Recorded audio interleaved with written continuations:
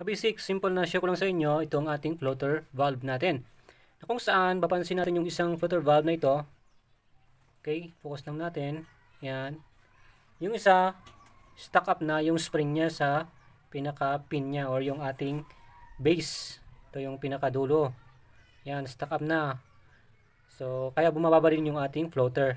Itong plastic natin. So, ganyan sana, nagiging ganun siya. Bumababa yung ating floater, hindi siya balance. Dapat ganyan balance or mas mataas konti. Pero dahil dito, doon sa na-stuck up na spring ng ating floater valve, kaya bumababa itong ating floater, nagaganon siya.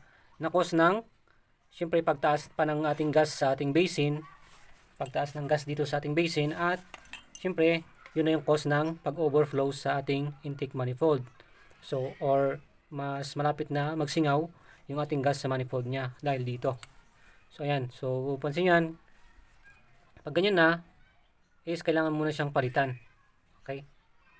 Galaw. Yan.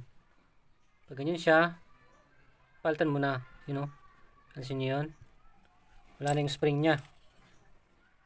Okay. Ito mga kabisig, problema sa ating floater valve. Kaya, bumaba yung ating floater na plastic ito. So, wala na. Ito, ganito dapat. You know? Ganyan dapat yan, yung ating floater valve. Check niyo baka na-stuck up na yung floater valve natin.